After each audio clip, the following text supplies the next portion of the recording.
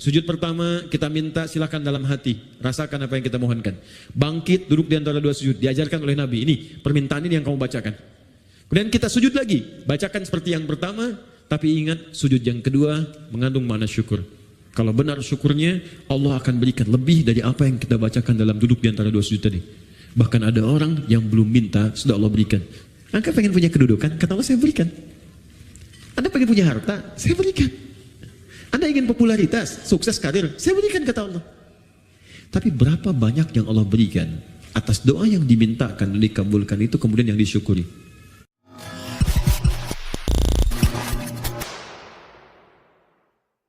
فَإِذَا فَرَغْتَ فَانْصَبْ وَإِلَى رَبِّكَ فَارْغَب.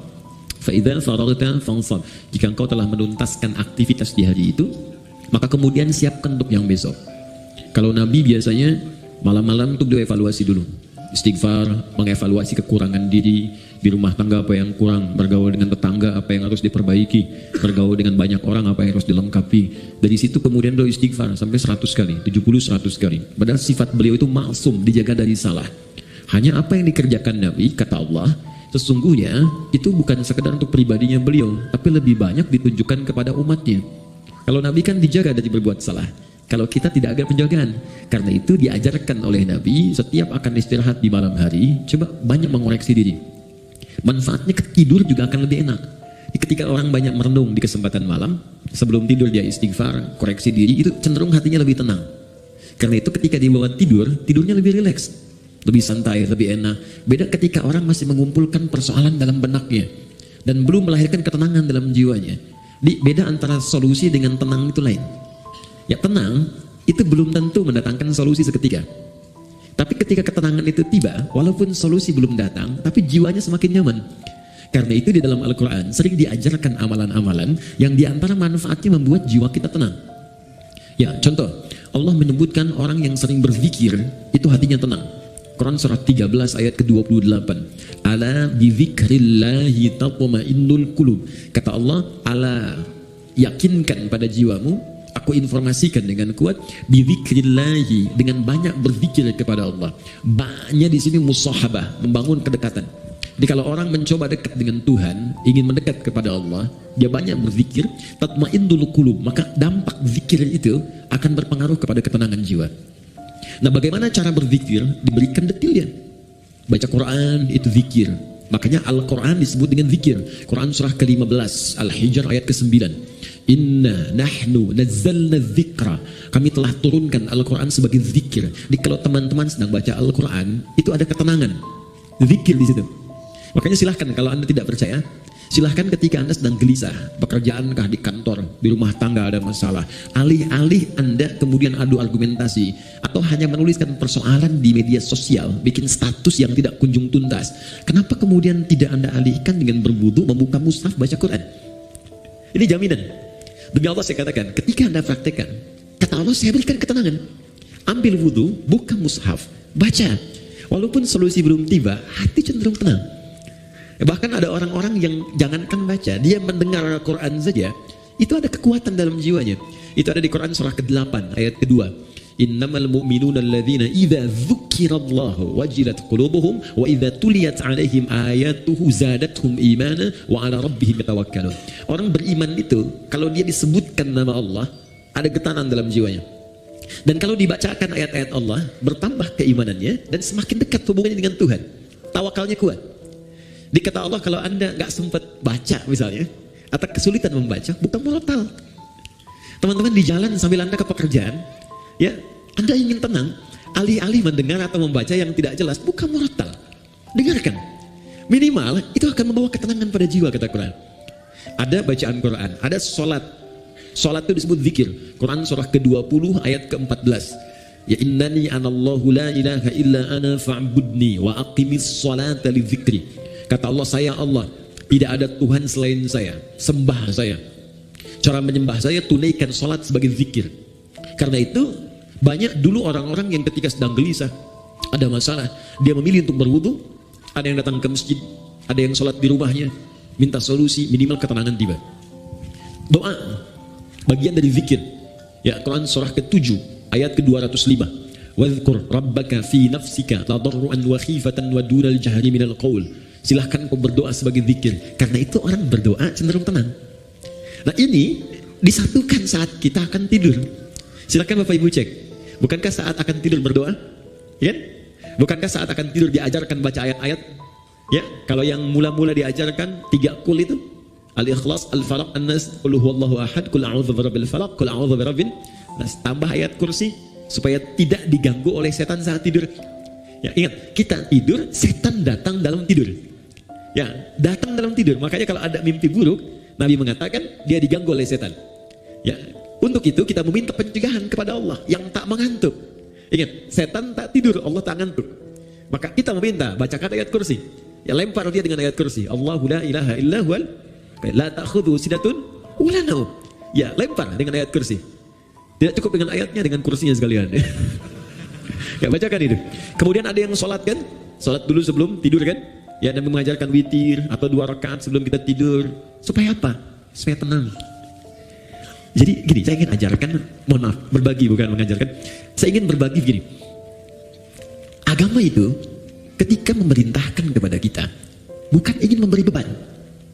Di cara berpikirnya ingin memberikan solusi. Ketika Allah minta kita sholat, sebetulnya ingin memberikan ketenangan. Minta kita berdoa supaya kita nyaman. Allah nggak butuh dengan sholat kita. Semuka langit dan bumi tidak bersujud kepada Allah, tidak akan menurunkan status Allah sebagai Tuhan. Cuma kita yang butuh. Makanya ketika dipanggil hayya 'alas shalah, Anda bertanya kenapa sholat? Kata Allah lewat suara azan, hayya 'alal falah. Yang aku berikan lewat sholat bukan beban, tapi kebahagiaan untukmu. Bukankah engkau selalu minta, ya Allah bahagiakan rumah tanggaku, ya Allah sukseskan pekerjaanku. Aku yang punya, datang kamu sujud, minta aku berikan. Karena itu di pertemuan terakhir kemarin kita memohon kepada Allah saat duduk di antara 2 sujud, minta banyak permohonan. Rabbil filli warhamni wajburni warfa'ni warzuqni, dan seterusnya. Minta kasih sayang, minta perlindungan, minta rizki, minta rahmat, minta kesehatan, dan seterusnya. Karena Allah yang punya. Pertanyaannya, kenapa banyak orang meminta dalam sholat kemudian belum ada yang terkabul, atau satu dari sekian banyak belum dicapai? Boleh jadi ada yang belum maksimal dalam sholatnya, atau ada dari bacaan dan gerakan sholat itu yang belum dipahami dengan baik sehingga maknanya tidak teresap ke dalam jiwa. Karena itu kita teruskan sebentar manfaat dari apa yang kita pelajari lewat sholat. Kita masuk ke pertemuan sekarang, sujud bagian kedua. Saya akan ambil 10-15 menit saja, selebihnya kita akan diskusi. Dari pertemuan yang telah kita lalui, saya kira ada beberapa kesempatan yang belum kita untuk berdiskusi, dan saya mohon izin mungkin akan berhenti lebih awal, ya mungkin setengah 12 atau mungkin 15 menit sebelum zuhur. Saya bisa pamit lebih dulu karena ada hal yang harus saya kerjakan kemudian. Jadi kita maksimalkan pertemuan ini untuk membahas 10-15 menit bagian sujud yang kedua. Setelah itu kita coba buka diskusi. Anda yang ingin ditanyakan atau sempat terlewatkan dari awal wudhu sampai dengan ke bagian sujud itu, pertanyakan kemudian, karena setelah itu kita akan masuk bab bagian ketiga terakhir. 3 terakhir kita akan bahas tahiyat. Ya, jadi cara tahiyat, baik tahiyat pertama ataupun terakhir, plus bacaannya. Kemudian yang kedua adalah doa khusus sebelum salam, karena ini menjadi bagian terakhir dari 4 keadaan yang doanya seketika akan dikabulkan oleh Allah kalau benar caranya. Ada saat berdiri, kedua saat rukuk, ketiga saat sujud, dan keempat sesaat sebelum salam. Untuk yang ini saya akan berikan perhatian lebih karena jarang banyak orang fokus di sini, saking ingin cepatnya selesai sholat. Jadi baru tahiyat udah pengen salam gitu kan. Makanya Allah taruh tuh di bagian terakhir sebelum salam, ada peluang saat kita membacakan doa itu seketika kalau benar doanya bisa dikabulkan. Kalau dalam posisi itu Anda diminta dan dimohon untuk memberikan sesuatu atau meminta sesuatu, kira-kira apa yang harus kita mintakan? Kan dulu ada tayangan di TV, dalam 1 jam harus menghabiskan uang sekian, bingung kan mau beli apa aja. Sekarang dalam sekian menit, sekian detik Anda harus meminta, dan kalau diberikan itu akan dikabulkan. Kalau Anda mintakan, berpeluang dikabulkan. Anda mau minta apa? Nanti akan diajarkan oleh Nabi beberapa kalimat yang kalau Anda bacakan itu akan diberikan semua yang terbaik dunia, alam kubur, dan akhirat. 3 dimensi kehidupan. Karena nanti ada yang cuma minta dunia saja. Quran surah kedua ayat 200. Wa minan nasi may yaqulu rabbana atina fid dunya. Terus?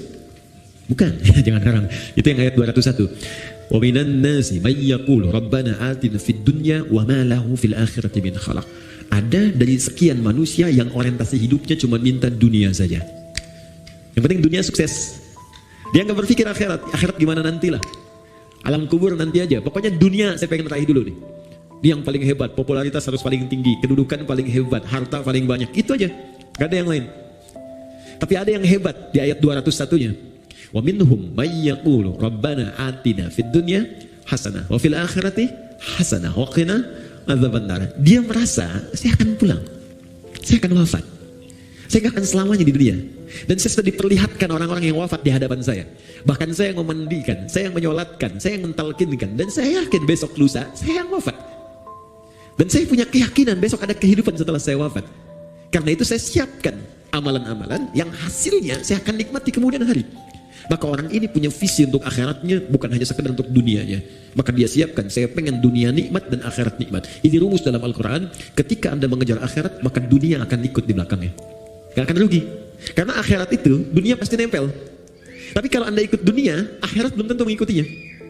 Contoh gini, zakat itu kan akhirat kan? Zakat akhirat ya, bukan dunia, awas. Tapi bagaimana Anda bisa berzakat kalau nggak ada dunianya? Oke.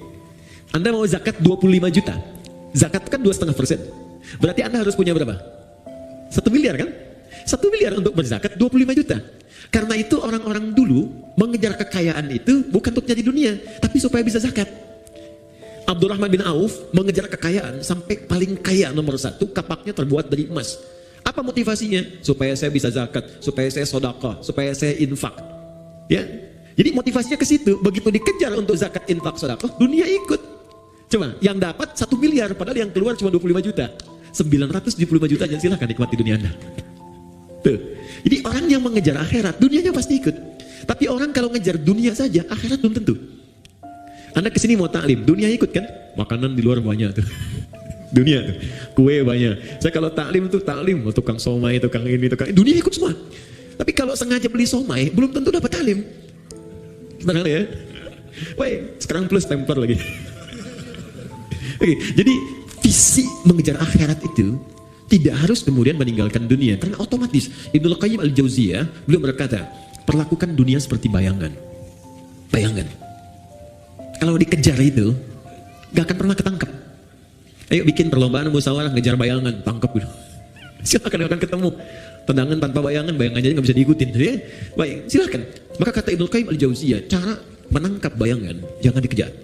Berbalutlah Anda, berjalanlah, maka dia akan mengikuti. Maka dunia seperti bayangan yang ketika Anda tinggalkan bergalik, dia akan mengikuti Anda dalam kehidupan. Jelas sampai sini? Baik, ayatnya nanti bisa kita kumpulkan teman-teman. Nah, sekarang saya sempurnakan dulu, setelah itu kita bisa berdiskusi pada hal-hal yang mungkin ini kita dialogkan insyaAllah. Oke, sujud yang pertama, kita diminta oleh Allah kemudian untuk merendahkan diri kita, menyempurnakan penghambaan kita kepada Allah Subhanahu wa Ta'ala.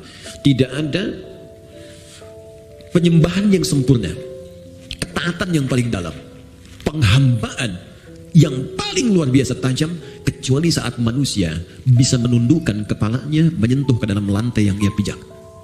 Jadi ketika seseorang sudah mulai bersujud, itu pertanda dia sudah merendahkan diri yang paling dalam. Dulu orang-orang di zaman dulu ada Persia, ada Romawi, bahkan ditiru kemudian oleh kerajaan-kerajaan di Nusantara di masa-masa lalu sebelum datang Islam.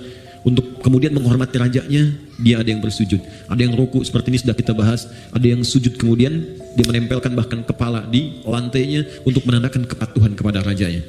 Apa yang didapatkan dari raja-raja dunia ini? Maaf, tidak seluruhnya diberikan. Tidak semua kebutuhan diberikan. Belum tentu dia sehat diberikan obat. Belum tentu keperluannya diberikan. Belum tentu dia gelisah ditenangkan. Tapi kemudian Allah berfirman, datang padaku, sujud kepadaku. Ketika engkau sujud, aku berikan apapun yang kau butuhkan dalam kehidupan. Bahkan turun Quran surah ke-48 ayat 29 yang pernah kita bacakan di pertemuan lalu. Muhammadur Rasulullah walladzina ma'ahu asyidda'u 'alal kuffar ruhama'u bainahum tarahum rukka'an sujjada yabtaguna fadlan minallahi wa ridwana. Umat Muhammad SAW itu tegas pada segala hal yang menyimpang, tapi juga penyayang terhadap sesamanya. Anda akan lihat mereka sering ruku dan sujud. Saat posisi sujud itulah dia kemudian bermohon kepada Allah semua kemuliaan yang mampu dia dapatkan. Itu tantangan. Jadi begitu Anda merendahkan di hadapan Allah, maka Allah berikan apa yang kamu butuhkan, aku akan berikan. Maka keluarlah hadis Nabi SAW. Perhatikan baik-baik kalimat Nabinya yang disampaikan dari Ibnu Abbas. Ibnu Abbas radhiyallahu taala anhuma. Hadis riwayat Ibnu Abbas, semoga Allah meridai kepada beliau dan kepada kedua orang tuanya. Nabi sallallahu alaihi wasallam, beliau menerima riwayat ini dari Nabi sallallahu alaihi wasallam. Perhatikan kalimatnya, akthirud du'a. Jika Anda dalam posisi sujud, maka perbanyak permintaan. Doa. minta. Ada seorang datang kepada Nabi, ya Rasulullah, tolong doakan saya masuk surga. Tolong doakan saya masuk surga. Apa jawab Nabi? Fa'ainuni bikasratis sujud. Maka bantu saya dalam doa itu dengan engkau beramal memperbanyak sujud. Bahkan untuk surga pun sujud. Untuk dunia mau minta, silakan. Karena itulah di kesimpulan terakhir, orang yang sujudnya benar, ketika dia sujud menghambakan dirinya, dia katakan subhana rabbiyal a'la, maha suci Allah yang paling tinggi di antara semua yang pernah dapati dalam kehidupan. Wa bihamdi, aku memujinya. Subhanakallahumma bihamdika Allahumma ighfirli, aku minta ampun ya Allah kalau selama ini aku salah dalam penghormatan, salah dalam penghambaan, ampuni saya ya Allah. Maka bangkit dia, didudukan oleh Allah, kata Allah, silahkan mau minta apa, aku berikan apapun yang kamu butuhkan. Maka Nabi ajarkanlah duduk di antara dua sujud untuk meminta kepada Allah beberapa permintaan yang kita butuhkan. Rabbi firli, warhamni, wajburni, warfa'ni, warzukni, dari sekian yang kita bahas di pertemuan yang lalu. Ada 7-8 permintaan, silahkan minta. Makanya minta dengan hati, jangan cuma di lisan. Ketika Anda mengatakan Rabbi firli, ingat punya dosa apa. Jangan hambar, kalau cuma hambar cuma di lisan. Kalau cuma minta di lisan, itu sudah banyak yang mengerjakan. Ada orang Arab Baduy dulu begitu. Dan dikoreksi oleh Al-Quran. Buka Quran surah ke-49, ayat ke-14. Oke, Quran surah ke-49, Al-Hujurat. Ya. Ayat ke-14. Ya. Jadi ada orang yang sering berucap di lisannya, tapi tidak diikuti dengan hatinya. Jadi nggak ada kekhusyuan, nggak ada kenikmatan dalam jiwanya, nggak meresap permintaannya. Qalatil a'rabu amanna. Ada orang Arab Baduy berkata kami beriman.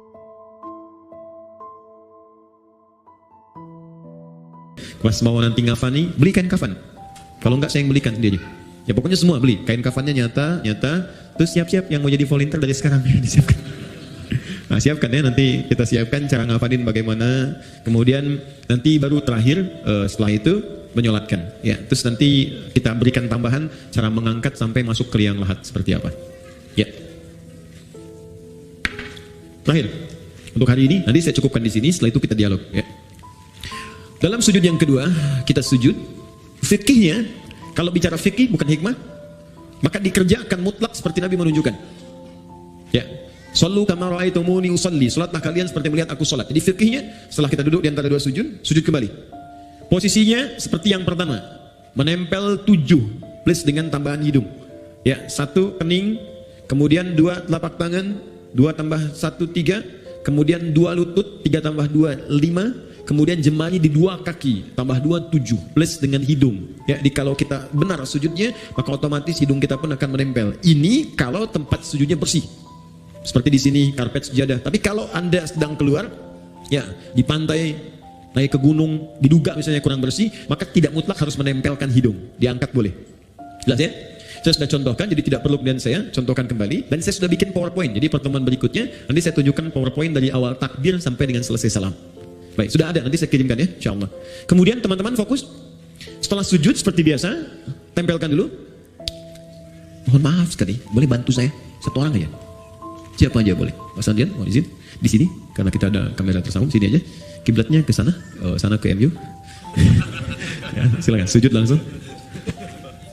Oke. Nah, fokus. Lihat sini teman-teman. Nah, ini sudah bagus. Ini tempelkan dulu. Mohon izin jangan dulu berdoa ya. Jangan dulu berdoa. Ingat sampai kata Nabi famakin sujudaka. Sempurnakan dengan baik dulu sujud secara caranya baru berdoa. Kening ini. Sudah ya di sini. Jangan sampai terhalang. Ingat pakai peci itu untuk menutup rambut. Jadi kalau kira-kira rambutnya pendek atau tidak ada rambut sama sekali, tak pakai peci pun gak ada masalah. Jelas ya?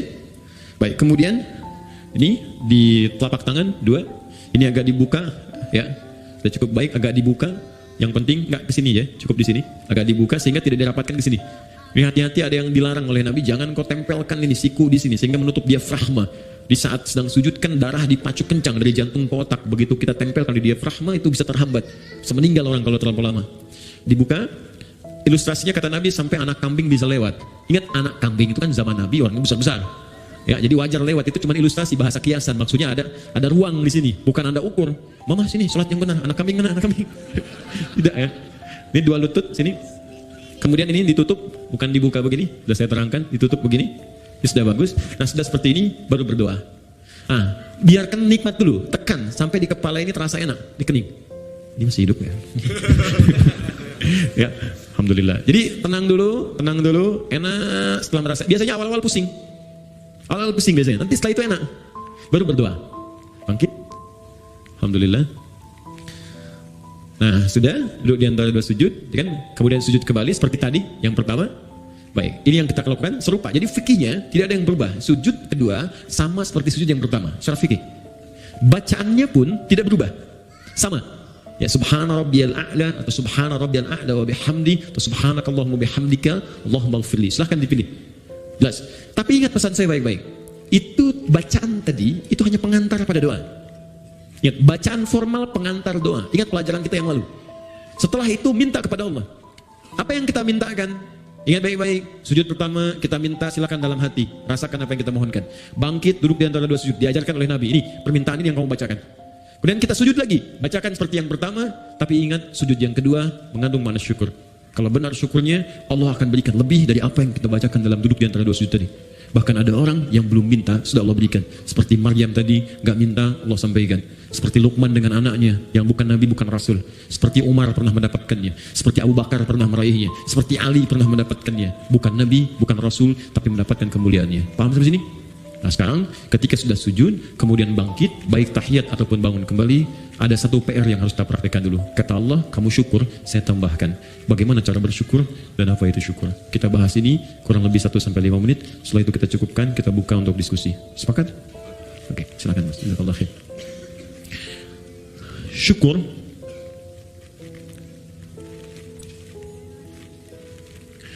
artinya usaha untuk mengungkapkan, upaya untuk mengungkapkan rasa terima kasih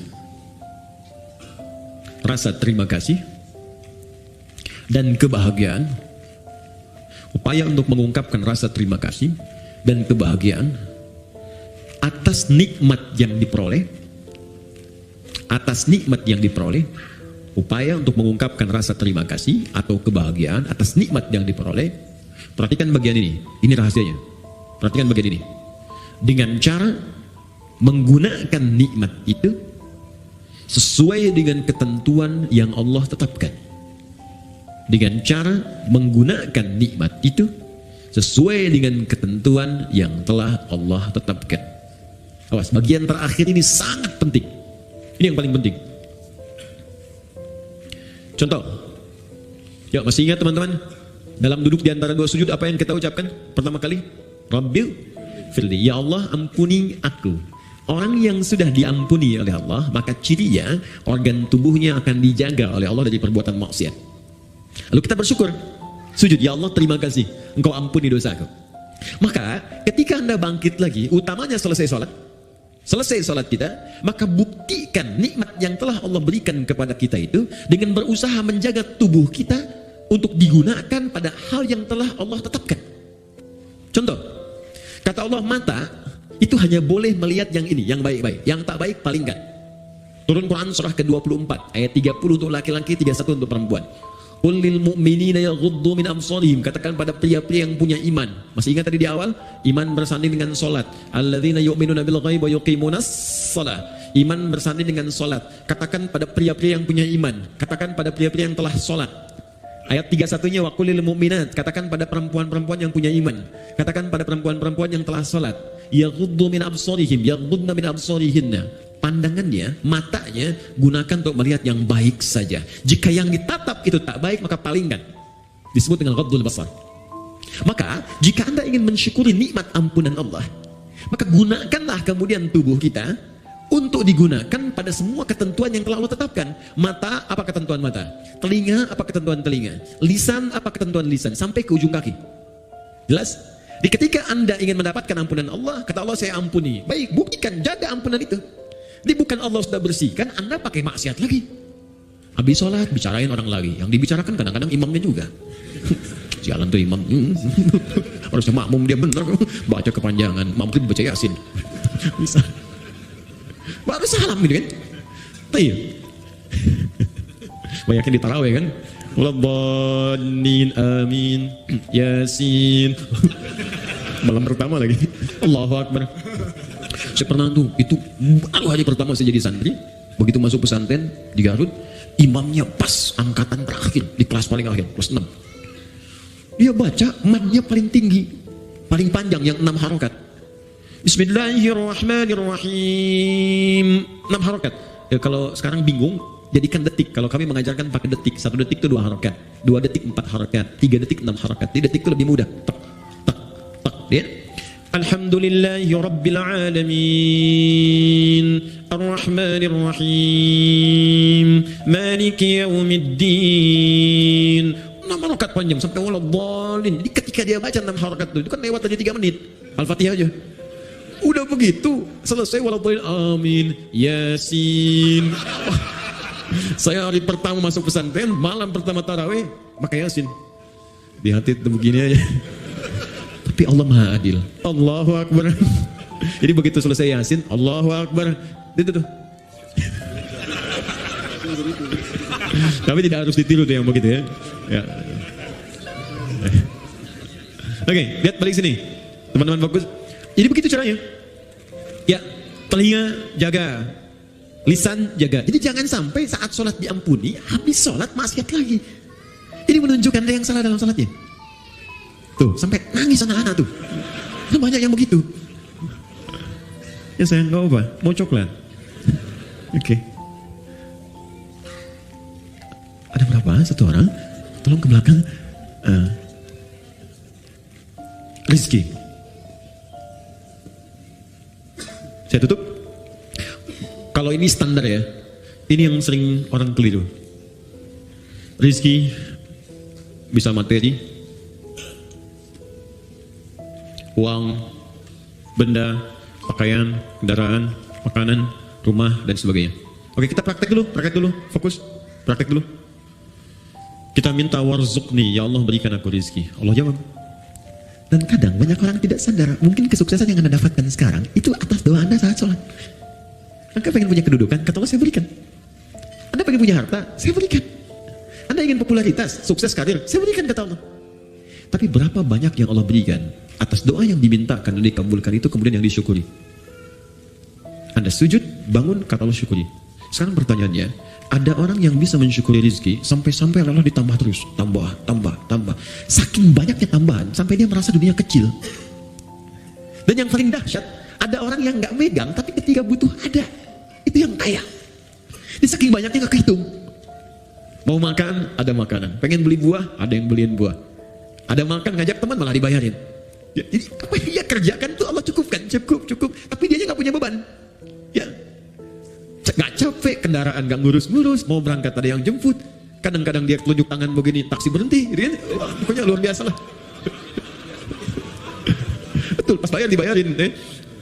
Nah, bagaimana cara mendapatkan rumus-rumus mudah, dimudahkan oleh Allah? Kata Allah syukuri.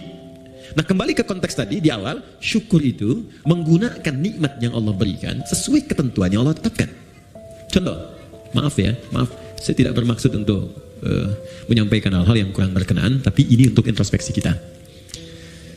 Allah katakan, cari pakaian untuk menutupi aurat. Anda minta, ya Allah warzuq, diberikan saya rezeki. Kata Allah, ini saya kasih.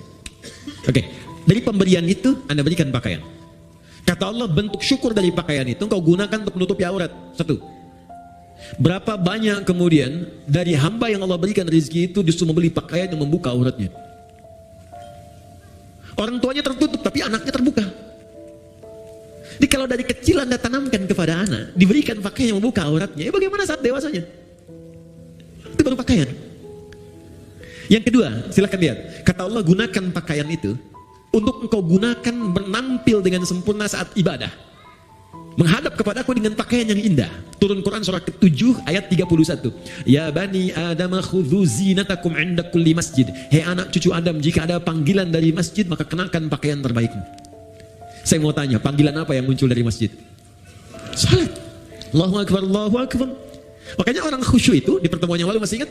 Ketika dia akan menghadap Allah, dia kenakan pakaian terbaiknya. Allah yang panggil. Antum ini dapat undangan Sabtu Ahad yang ngundang manusia, tampilan luar biasa. Ada yang pesan dulu, jasnya dibikin dulu, sepatunya juga bikin dulu, mereknya ditampilkan dulu, hanya untuk penuhi undangan manusia yang belum tentu memenuhi kebutuhan kita, yang belum tentu memberikan solusi pada persoalan kita. Diundang makan cuma sekali, nambah nggak bisa. Ya. Solusi belum tentu hilang. Untuk menghadapi manusia saja, tampilan kita luar biasa. Kata Allah, kenapa ketika aku undang tampilanku biasa-biasa saja? Kan kurang adil, Bu, Pak, teman-teman. Yang paling unik yang dipakai di olahraga, itu pula yang dipakai dalam sholatnya. Ada yang dipakai kemudian rekreasi, itu pula yang dipakai dalam sholatnya. Apakah salah? Tidak, sah menurut hukum. Tapi untuk bentuk syukur yang sempurna, itu belum paripurna. Jelas sampai sini? Baik. Saya kasih rumus begini. Ini rahasia.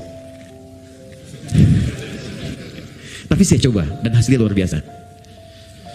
Baik, fokus baik-baik ya. Jadi begini. Kalau kita dapat rezeki, sekali lagi rahasia. Kalau kita dapat rezeki berupa materi, rumus cepatnya pakai dulu untuk ibadah. Pakai untuk ibadah dulu. Sehingga pertama hisab kita akan ringan di hadapan Allah. Ya. Saya biasanya kadang Allah titipkan kasih pakaian lewat si fulan yang kirim kain, kirim pakaian. Tak pernah saya terima pertama kali kecuali saya coba pakai ibadah dulu.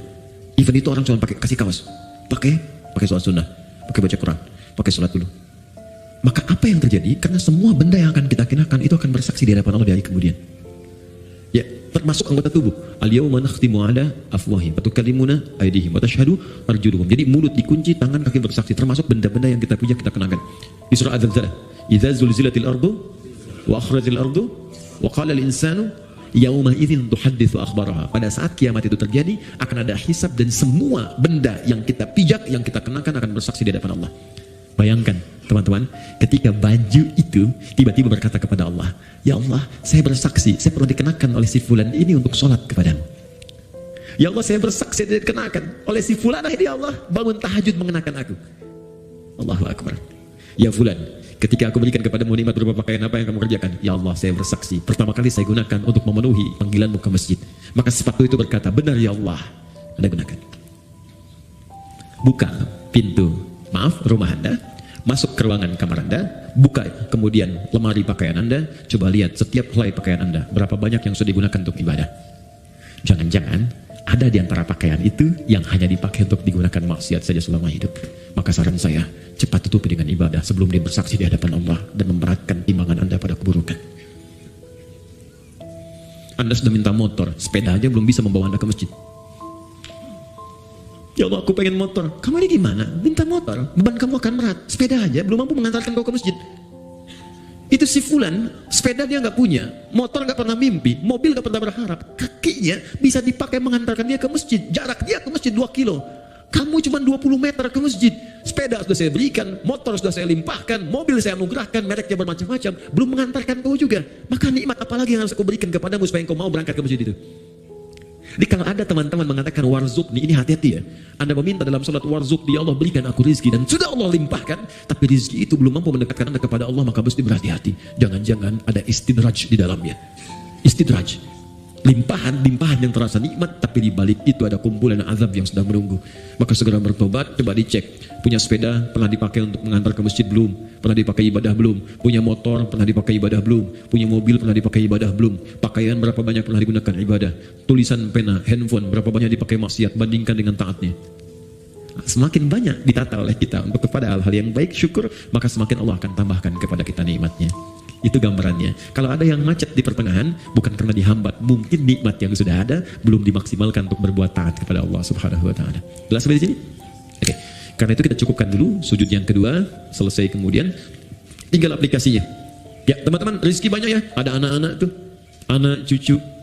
Berapa yang sudah diinvestasikan pada kebaikan? Ingat, ketika Allah sampaikan jaga diri dari neraka, itu yang disebutkan pertama keluarga. Fokus, qu anfusakum wa ahlikum nara. Jaga diri dan keluargamu dari neraka. Diri keluarga, anak, pasangan, orang tua, ayah, suami, istri, selalu itu yang disebutkan. Itulah rezeki. Ya, saya cukupkan sampai di sini untuk sementara waktu. Kita berdialog dulu. Kalau ada yang mau bertanya atau ingin diperjelas dari mulai wudu sampai dengan sujud tadi bagian kedua, silahkan kita diskusikan. Karena yang pertemuan berikutnya kita akan langsung masuk kepada bab yang baru, yaitu tahiyat, doa sebelum salam, dan amalan pasca sholat. Saya perkenankan.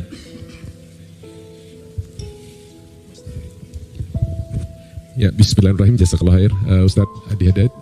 Baik teman-teman, masih ada waktu kurang lebih sekitar 30 menit. Kita gunakan semaksimal mungkin untuk tanya jawab. Mungkin yang pertama saya persilakan kepada saudara yang di sini. Ya, yang di sini dulu ya, sebentar ya. Nanti kalau ada yang sekiranya punya permasalahan pribadi, kurang nyaman untuk angkat tangan, boleh untuk lampirkan dalam secari kertas, nanti dibacakan. Silakan. Assalamualaikum. Assalamualaikum Ustaz. Nama saya Ihsan Ustaz. Di kajian bulan lalu kan duduk di antara dua sujud ada dua cara Ustaz. Iftiros sama yang tafaruk. Yang kedua belum dikasih tahu Ustaz caranya tafaruknya seperti apa. Baik. Duduk di antara dua sujud, saya mengatakan di pertemuan lalu, duduk dalam sholat itu ada dua jenis. Ya, duduk dalam sholat ada dua jenis. Satu disebut iftirash, kedua disebut tawarruk. Iftirash membentangkan bagian kaki kirinya untuk kemudian diduduki itu dan melipat bagian kanannya. Karena itu disebut iftirash dari kata firash, sesuatu yang terbentang. Kasur disebut firash karena dibentangkan kita tiduri itu.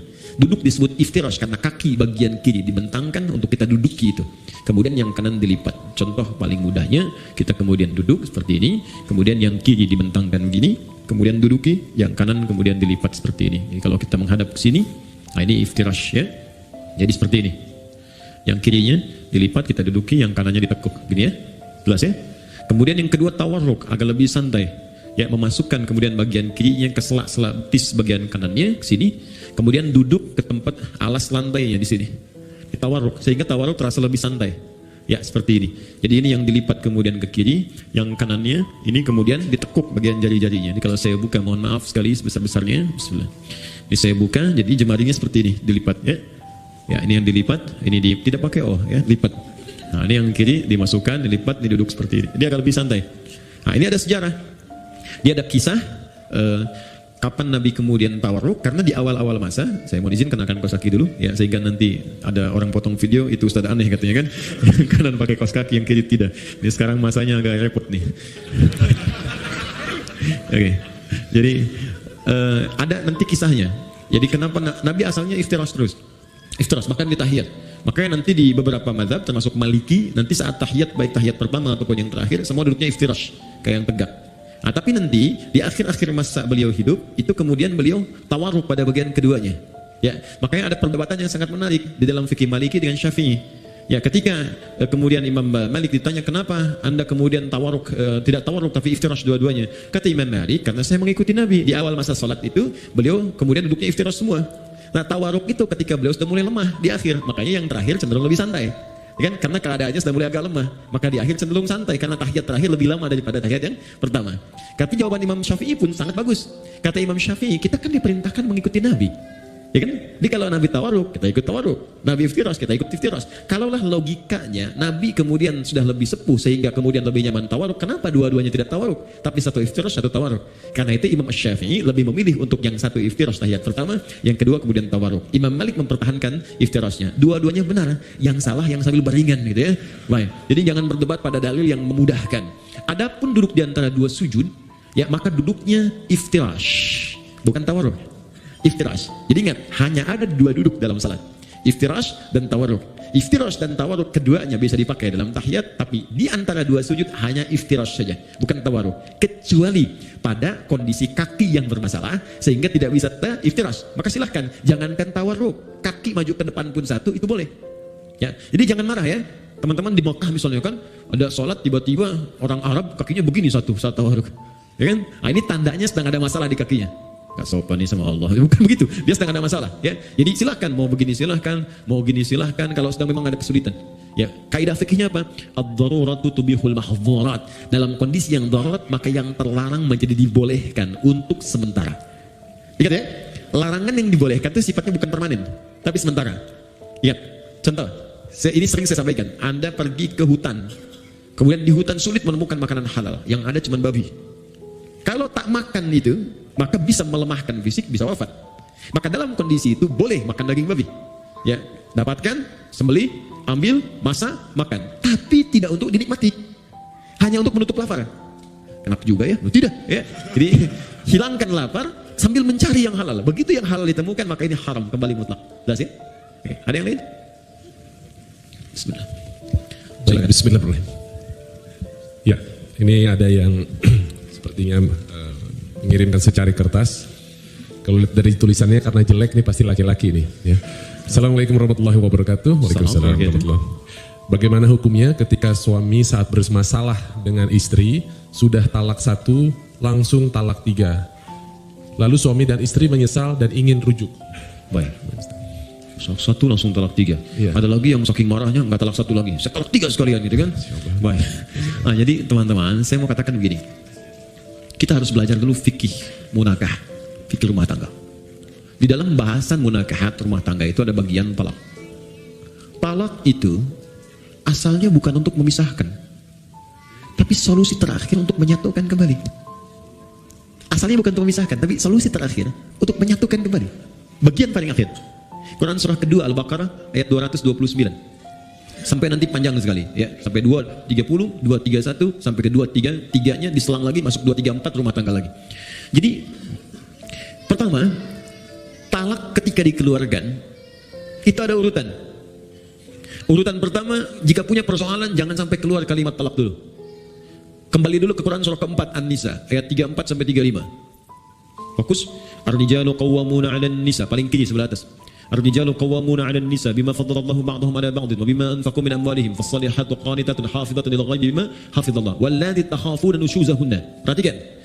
Laki-laki pemimpin di rumah tangganya bagi istrinya. Hati-hati karena Allah berikan bekal kepadanya untuk memimpin. Di antaranya bekal mencari nafkah, bekal melindungi, bekal menyayangi, ada di situ. Jangan tertukar. Sedangkan istri yang salihah, kata Allah cirinya 2, yang paling pokok. 1, menaati Allah dengan menaati suaminya ketika dia meminta pada yang baik. Kedua, menjaga nama baik keluarga, terlebih suami, khususnya ketika tidak sedang bersamanya. Maka jika terjadi hal, awas hati-hati, yang bisa berpotensi memecah belah kehidupan rumah tangga, menyebabkan perselisihan, maka saya berikan urutan-urutan kepada Allah. 1, fa'idhuhunna, komunikasikan dengan baik. Di situ diartikan nasihati. Sebetulnya wa'adha itu bukan sekedar memberikan nasihat, tapi cara komunikasi yang baik.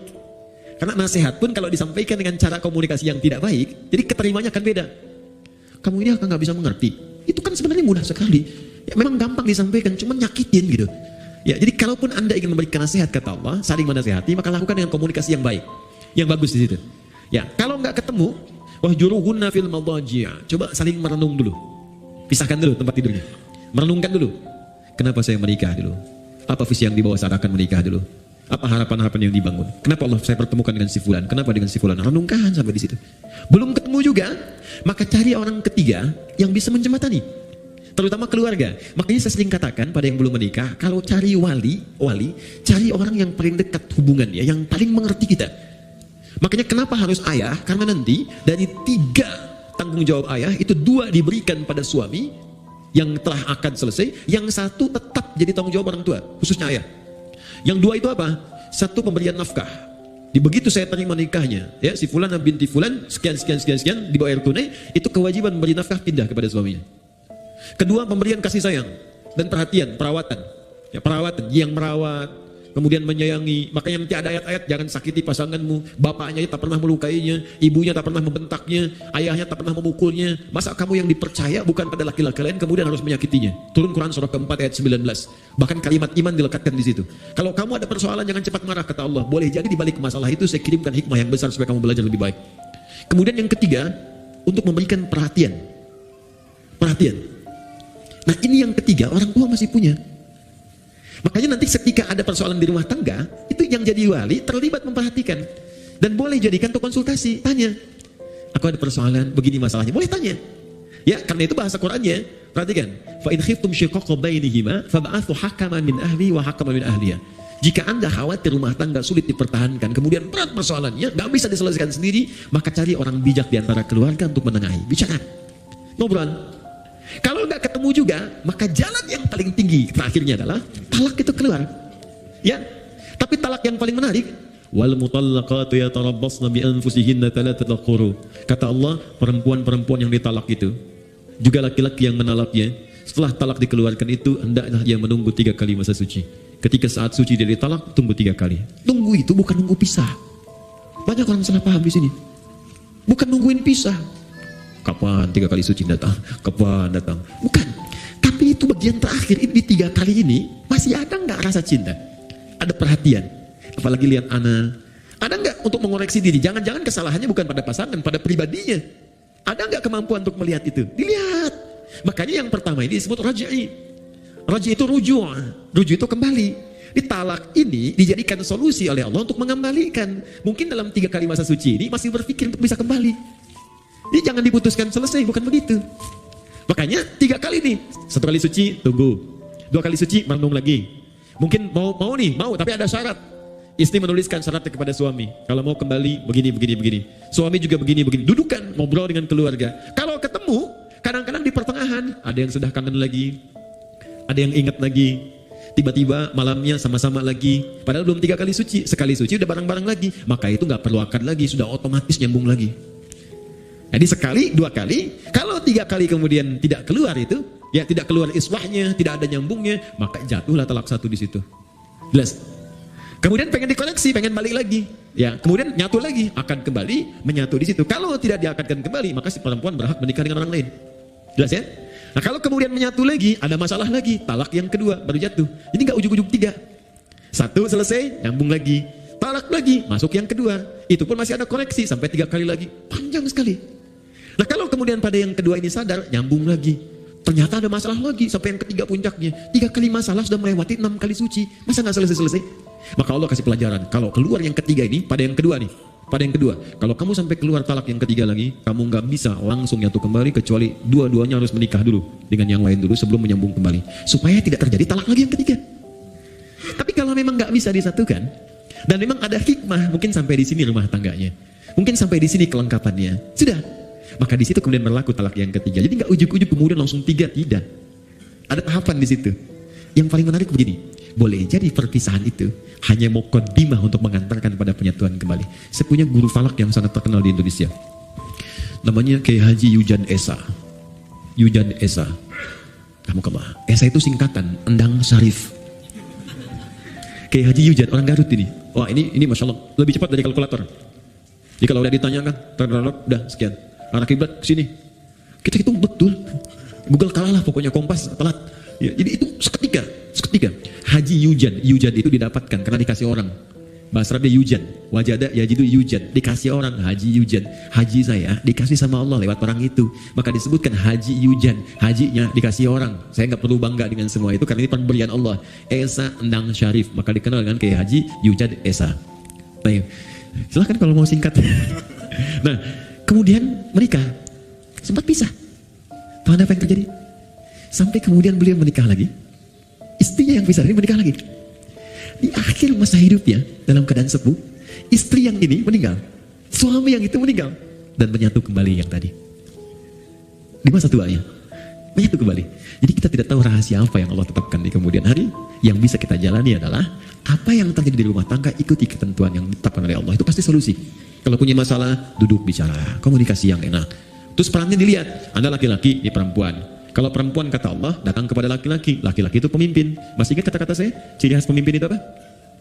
Ya, ciri khas pemimpin tidak mau dipimpin. Dia hanya menerima masukan, tidak menerima saran. Ya, jadi kalau masuk kepada pemimpin, masuknya harus dengan cara yang tidak langsung. Biasanya kalau tidak tanpa mukadimah, apa sih begini-begini, balik lagi tuh. Tapi kalau kita masuk dengan cara yang lembut, saya mohon maaf kalau selama ini banyak salah, emang. Ya, nggak apa-apa, terima aja dulu. Nggak apa-apa. Iya. Tapi mungkin Allah kirimkan papa untuk menyempurnakan apa yang kurang pada diri saya. Capek? Gak apa-apa. Ya memang hidup kita harus capek, Pak. Ya tidak ada yang tidak capek. Kalau tidak capek mungkin kita sudah kembali kepada Allah. Saya bukan apa-apa, saya hanya takut ketika Allah tanya di kemudian hari, kenapa engkau tidak jaga pasanganmu dengan baik? Silakan Pak, kalau ada yang salah bisa dikoreksi. Saya siap. Saya hanya khawatir sebelum pulang kepada Allah membawa beban yang tidak bisa saya selesaikan di dunia. Hari pertama diam, tapi malam dia akan berpikir. Tengah malam mungkin menangis. Besok-besok tiba-tiba datang kepada Anda. Ternyata saya yang punya salah mah. Tuh kan, bener kan saya bilang kemarin. Tapi itu bisa terjadi. Ya, sholat dalam sujud minta, ya Allah sentuh hatinya ya Allah, berikan kebaikan pada jiwanya ya Allah berikan kemuliaan, engkau pasangkan dia kepadaku bukan pada yang lain ya Allah, maka mohon ya Allah ringankan hisabku di hari kiamat. Itu lebih mudah. Jelas ya? Dan itu insya Allah akan indah. Bu, ada satu ya teman-teman akhlak. Ini kisah nyata di masa lalu. Ini mungkin awet untuk rumah tangga. Jadi setiap suaminya mau tugas di masa lalu, dia selalu berdandan rapi dandan. Terus diantar sampai ke depan pintunya, sampai dilihat bayangannya hilang. Ya, dia cium tangannya, suami cium kemudian keningnya, dia berangkat. Sampai katakan, dan selalu dibisikkan di telinganya. Pak, sayang, kami mendoakanmu, insya Allah sukses pekerjaan. Tolong jangan cari yang haram. Karena kami satu detik pun tidak akan kuat di neraka. Kami sanggup menahan lapar seharian, tapi tak akan sanggup bisa berada di neraka walau sedetik. Dibisikkan di telinganya, jalan. Setiap pulang, dandan lagi yang rapi. Dandan rapi, dan menariknya bawa sapu. Bukan mau nyapu. Begitu suami datang, cium tangannya, duduk, makanan disiapkan lagi. Masya Allah, kalau bahasa kita, ayah sudah pulang, semoga Allah berikan segala kebaikan, kemuliaan, menghilangkan rasa penat. Aku mohon maaf, hanya ini yang terbaik yang aku bisa berikan. Kalau ada yang kurang-kurang kau marah, kau pukul pun silahkan, aku rela. Diberikan sapunya. Dan tidak pernah dalam hidupnya terjadi pertengkaran yang luar biasa. Masya Allah. Bisa seperti itu. Suami mau berangkat, kan? Siapkan, danda, kirimin SMS, kan? Sayang, insya Allah lancar ya hari ini aktivitas. Yakinkan pada dirimu aku bersama dalam suka dan duka. Wah, dijawab sama suami, kamu kenapa sehat? Oke. Itu terakhir. Assalamualaikum, saya ingin bertanya, jika mendapatkan rezeki, sebaiknya dipakai umrah ibadah dahulu atau lebih diutamakan untuk kebutuhan terlebih dahulu? Karena takut kedepannya tidak cukup untuk memenuhi biaya hidup. Oke, teman-teman begini, jangan dipisahkan semua ibadah. Ya. Memenuhi kebutuhan rumah tangga dan ibadah aspek yang lain secara ritual itu Allah sudah atur dengan sedemikian rupa. Contoh, Anda bekerja, dapat rezeki berupa harta benda tertentu dengan jumlah tertentu. Apa yang pertama kali harus dilakukan dengan harta ini? Turun Quran surah keempat ayat 34, paling kiri sebelah atas. Infakkan dulu untuk keluarga. Jadi pertama keluarga. Jelas? Ar-rijalu qawwamuna 'alan nisa bima faddalallahu ba'dahum 'ala ba'din wa bima anfaqu min amwalihim. Jadi Anda cek nih kebutuhan keluarga itu berapa? Dalam sebulan cek berapa. Dapat 80 juta, kebutuhan 40 juta dari keluarga. Masih ada lebih kan? Makanya kelebihan ini sudah Allah ukur. Allah tetapkan nisab namanya. Jadi ada nisab di situ. Setiap ada 85 gram emas dengan nominal sekian, emas itu akan terus naik kan? Sesuai dengan masanya. Masa Nabi mungkin kurang dari 1 juta, naik lagi. Sekarang 1 gram udah 700.000, ya kan? Baik, jadi ini kurang lebih sudah 60 juta ke atas. Maka ketika Anda mendapatkan ini, kata Allah, ini pun silakan keluarkan zakatnya dulu. Baru keluar zakat. Zakat pun keluar setelah melewati batas ini. Ya, 85 pas ke atas keluar zakat. Bahkan ada pendapat di ulama pun, jika zakat ini pun, awas hati-hati, bisa berpengaruh terhadap kebutuhan keluarga yang memang dibutuhkan nilainya segitu, maka ini belum dikeluarkan. Ada pendapat demikian. Jadi ketika kebutuhan keluarga 75 juta misalnya dibutuhkan betul, ya mohon maaf, kemudian dapatnya 60 juta, ini sudah masuk kategori nisab. Hanya nisab ini pun keluar zakat itu ditunda setahun. Kalau bertahan lebihnya ada, kan? Baru kemudian keluar. Ya, ada yang menyebutkan haul di sini. Karena itu jika kemudian ini masih belum mencukupi, maka ini tidak keluar. Tutupi dulu ini. Di Anda bayangkan, zakat saja yang sifatnya wajib keluar ketika nisab muncul, itu bisa ditunda atau tidak keluar ketika kebutuhan keluarga belum tersalurkan. Kalau sifatnya betul-betul mendesak. Tapi kalau sifatnya asumsi, nih kebutuhan kita misalnya 60 juta nih dalam sebulan, saya dapat 75 juta, ya, atau saya dapat 60 juta pas. Tapi masih asumsi, belum jelas ini, maka rumus cepatnya keluarkan zakat lebih baik. Karena rumusnya ketika Anda keluarkan, Allah berikan 10 kali lipat. 10 kali lipat dari yang dikeluarkan. 10 kali lipat ini jangan dihitung dari uangnya, dari nilainya. Boleh jadi dijaga yang nilai 60 juta ini supaya dia berkurang. Sakit tidak ada. Kebutuhan ini tiba-tiba dibelikan oleh orang lain. Ini yang menjadi gratis. Anak-anak dapat beasiswa. Akhirnya yang 60 juta tinggal 30 juta. Anda masih nyimpan 25 juta.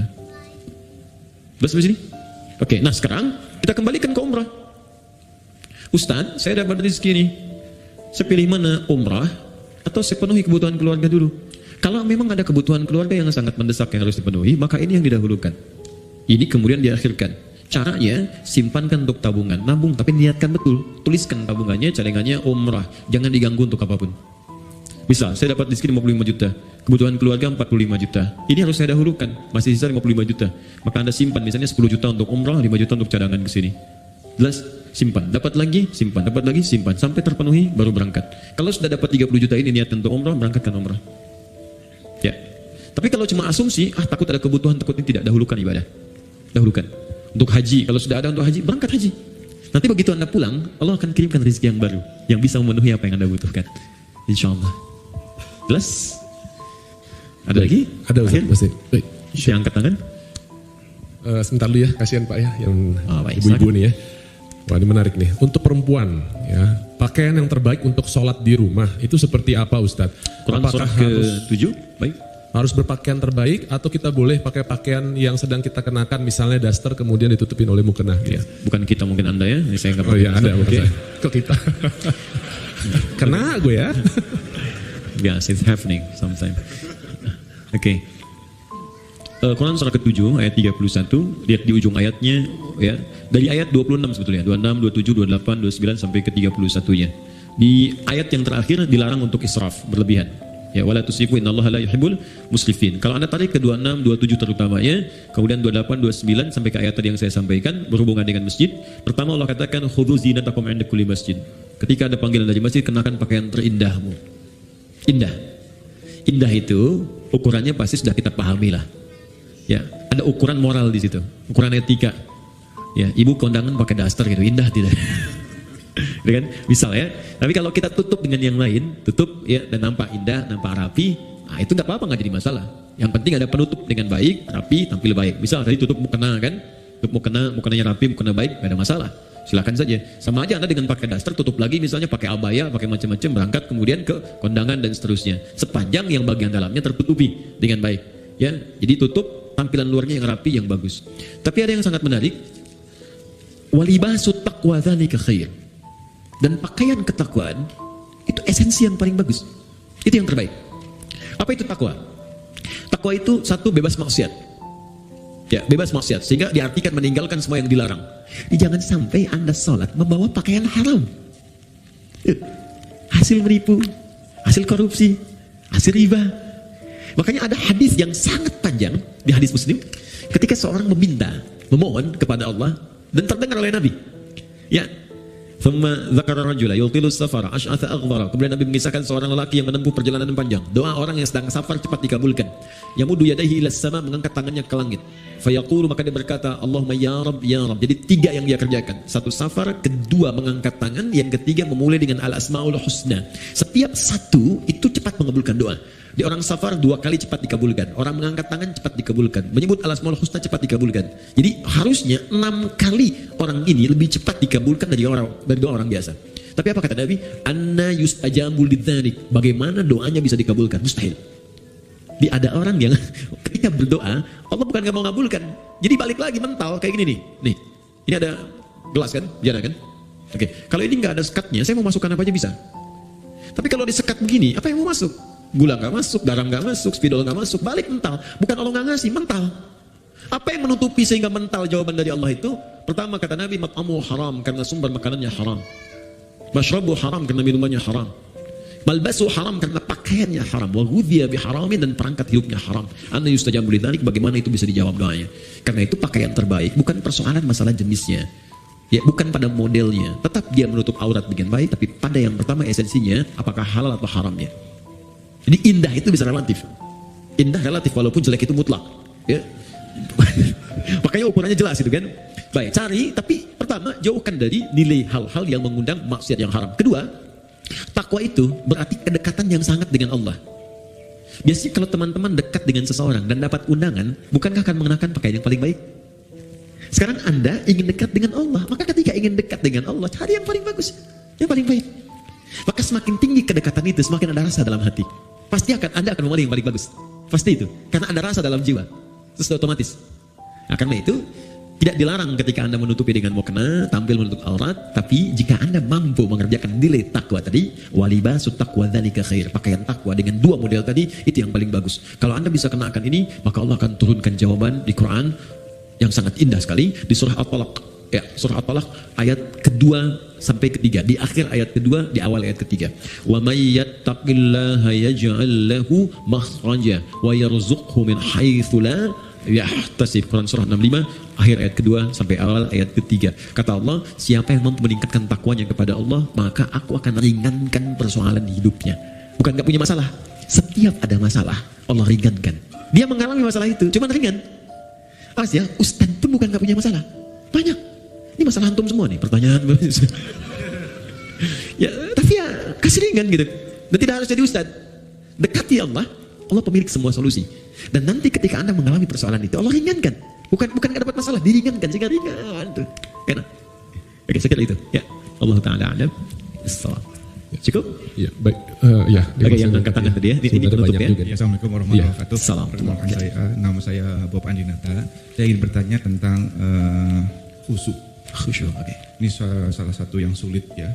Saya pribadi kerjakan dalam sholat. Ya. Kebetulan saya profesinya dokter bedah. Jadi banyak masalah-masalah pasien yang saya pikirkan dan itu terbawa dalam sholat. Ya. Sehingga dalam sholat sulit sekali sampai mungkin lupa rakaat gitu. Ya. Nah seandainya begitu mungkin ada kiat-kiat apa yang Ustaz bisa berikan bagaimana saya bisa khusyuk dalam sholat. Mungkin tadi ceramah Ustaz juga bahwa kita harus memahami bacaan, memahami, tapi saya sudah mencoba untuk menghafal apa segala, tapi mungkin sulit bagi saya untuk menghafal bacaan-bacaan Al-Quran tersebut. Yang kedua, jika saya lupa ini rakaat itu bagaimana ya sujud sahwi ya Ustaz ya. Bagaimana tata caranya seandainya kita lupa tentang rakaat tersebut. Dan yang terakhir mengenai pertanyaan yang terakhir tadi mengenai pakaian yang didapat yang haram ya, itu seandainya saya mendapatkan sesuatu yang haram, apa yang harus saya kerjakan? Apakah saya harus buang pakaian tersebut? Apakah saya harus berikan? Apa gimana? Gitu. Ya. Terima kasih. Waalaikumsalam warahmatullahi wabarakatuh. Baik, pertanyaan dari Dr. Bob tentang persoalan khusyuk dalam sholat. Memang khusyuk itu masalah yang luas, universal. Tidak tersekat ke dalam profesi dokter bedah saja. Tukang kredit ketika sholat bisa ingat kreditnya. Yang mau arisan bisa ingat tuh ya, ini giliran siapa menangnya. Semua. Karena itu di hadis Nabi menyebutkan umum. Ada 2 penyebab orang tidak khusyuk. Pertama faktor setan. Ada setan khusus menggoda orang sholat. Namanya khanzab. Ada yang menyebut khinzib. Setan itu banyak jenisnya. Nanti mungkin bagus juga kalau kita belajar fikih setan. Ya, supaya tahu cara menghindarinya. Dengan ya kita nanti belajar jenis-jenis setan. Ada setan di rumah tangga, ya ada di Quran surah kedua ayat 102 namanya dasim. Ada setan di pasar, itu yang kalau ke mall pulang-pulang masih ingat tas belum dibeli. Ada banyak. Ya, ada setan di tempat-tempat musik, ada banyak macam-macam. Ya, nah ini kembali ke setan yang goda orang sholat. Nanti saya sampai ke jawabannya. Jadi Nabi mengatakan dalam salah satu hadisnya, bima ma'na idza kabbara, kalau seorang sudah mulai takbir, kemudian faqala syaitanu, maka setan sudah mulai berbisik di benaknya, udzkur kada, ingat ini, ingat itu. Itu ke semua. Kalau kita belum takbir, itu biasa Pak. Gak akan ingat tentang bedah, tentang pasien, tentang macam-macam. Tapi ketika Anda mulai takbir, Allahu Akbar, mulai ingat. Gunting tadi letaknya di mana? Ini ada yang belum dibedah, ini ada yang itu semua. Berarti normal. Normal. Karena setannya betul menggoda. Ya, datang itu. Baik. Hatta la yash'urul musalli kam raka'atan yusalli. Sampai-sampai ada orang sholat yang tidak ingat berapa rakaat sedang ia kerjakan itu. Berarti benar kan hadis Nabi ya? Dan kita semua umumnya hampir mengalami itu. Maka apa solusinya? Maka yang pertama sebelum sholat diminta kita untuk berlindung kepada Allah, berniat dengan benar. Innamal a'malu binniyat. Semua amal bergantung pada niatnya. Maka kalau kita khawatir waswas, fasta'idz billah, minta perlindungan kepada Allah dari godaan setan. Boleh ta'awudz. A'udzubillahi minasyaitonir rajim. Ada yang baca An-Nas, ya, qul a'udzu birabbin nas, minta kepada Allah perlindungan. Itu boleh dilakukan. Ini bagian pertama. Dan ulama di sini nggak ada persoalan memohon kepada Allah perlindungan sebelum sholat, karena sholat dibuka dengan takbir secara bacaan, kemudian ditanamkan dengan niat. Yang kedua, ini yang paling penting, Quran surah ke 2 Al-Baqarah ayat 45 sampai 46. Sebelum sholat dibuat persiapan yang matang untuk sholat. Ya, kata Allah di ayat 46-nya, alladzina yadhunnuna annahum mulaqu rabbihim wa annahum ilaihi raji'un. Di ayat 45, khusyuk itu enggak mudah. Wa innaha lakabiratun. Salat itu enggak mudah illa 'alal khasyin, kecuali bagi orang khusyuk. Siapa orang khusyuk ini? Ternyata khusyuk dimulai sebelum salat.